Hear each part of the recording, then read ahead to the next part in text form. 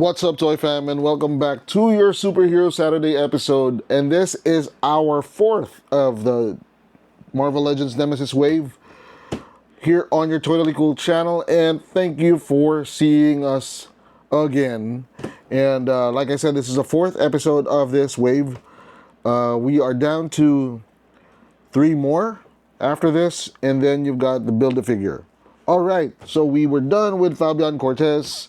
And we were done with Gambit, the left and the right leg of Nemesis. And we were just finished last week with Marvel's Husk, who brought us the torso and a little bit of the head of Nemesis. For this episode, we're going back to the limbs. And we are featuring Marvel Legends Marrow. All right. This is such an intriguing character.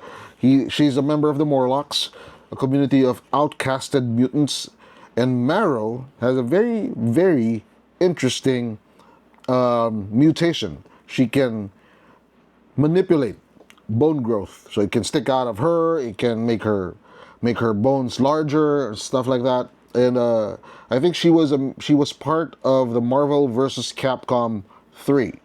Let me know in the comments if I'm wrong or if I'm right, or whatever video game was she part of. So that brought her into the mainstream and into the casual mutant follower consciousness. So let's get down to the toy and let's set these guys aside. Remember, for the next one we're doing Cyclops, and then eventually we'll do Nightcrawler, the X-Force Nightcrawler, and then one of these two Wolverines are going to be unboxed and reviewed. So let's look at Marrow first. Like I said, she's a mutant member of the Morlocks, a community of outcasted mutants that lived in the subways of New York, right? She can manipulate bone growth, her bone growth, okay? And so if she's a perfect example of a mutant with very, very creative mutations. So let's look at the box. And as per usual, you've got the window where you see Marrow. And she is very striking with her green top, her green crop top. And then you've got her leggings, and that spunky hairdo. And then on the right side, you see Marrow and her close-up. Okay, close-up right there. On the left side, you have more of a full-body animation or illustration. And on the back, you see a bigger picture. And then at the bottom, you see all of these figures that help you build a figure. All right. Okay. And then aside from that, you have the Nemesis part. So let's open them up. Let's open her up. Let's open it up. What? Again, be very careful with the box. And there, I tore it open. Yikes! What did I do? Yeah, patience, patience, patience. Okay. So let's take this one out. Set her aside. Ooh, okay. That's a different color.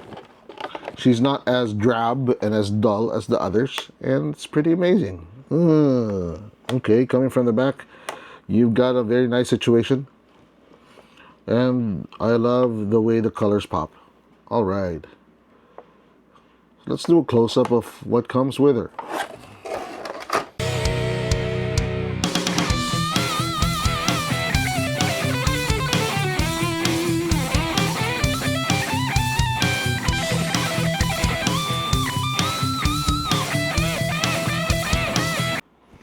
All right, so there you have it.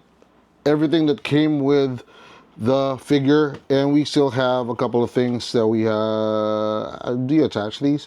Okay, these are growths on her back. Okay, these are growths on her back. Sometimes they break off and they turn into weapons.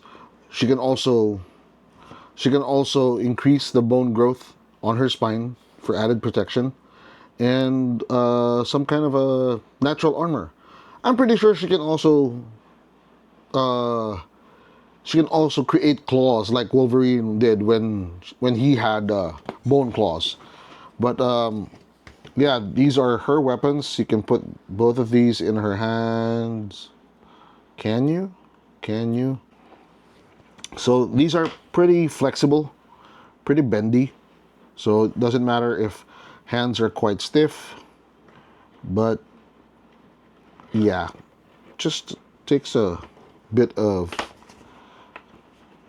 manipulation to get it on.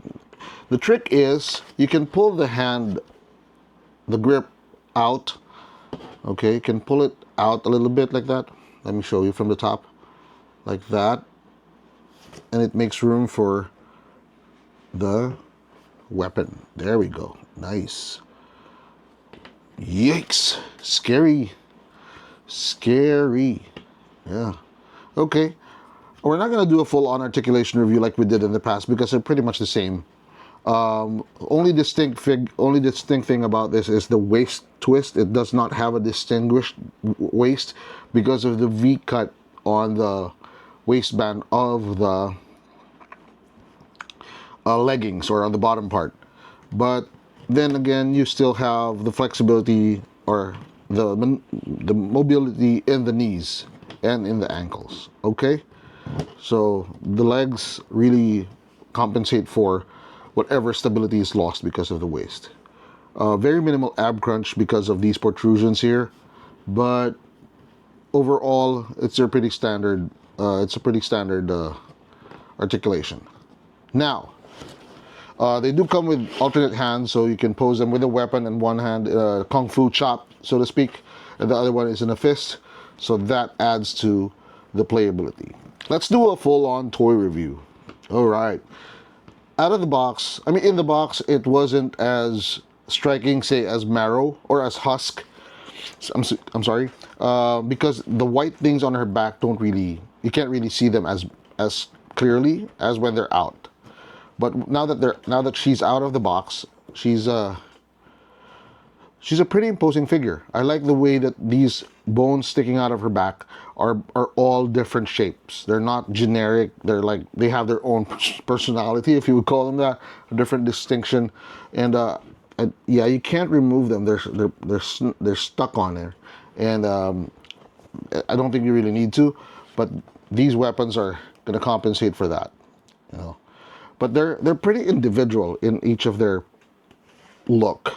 Okay, so inside the box, average. Out of the box, amazing. I especially love the different colors, like the green blended with the blue, and then you've got the gold to line the sleeves, the sleeve holes, and the waistband. It breaks the pattern. It creates a nice diverse look. And you're also given different colors to so that you won't be bored with how she looks. Okay. Other than that, there's not really much to say about this figure. It's like it is. Her appeal is the fact that she has not been released in the past. There has been no Marvel Legend. Correct me if I'm wrong. Put it in the comment box if I'm wrong. Would love to get your input, but I don't think Marrow was ever released in previous Marvel Legends or even the previous manufacturers of X-Men.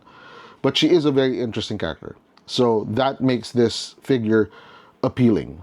Price point, as per usual, the Marvel Legends are not that expensive, especially if they're a part of a Build-A-Figure.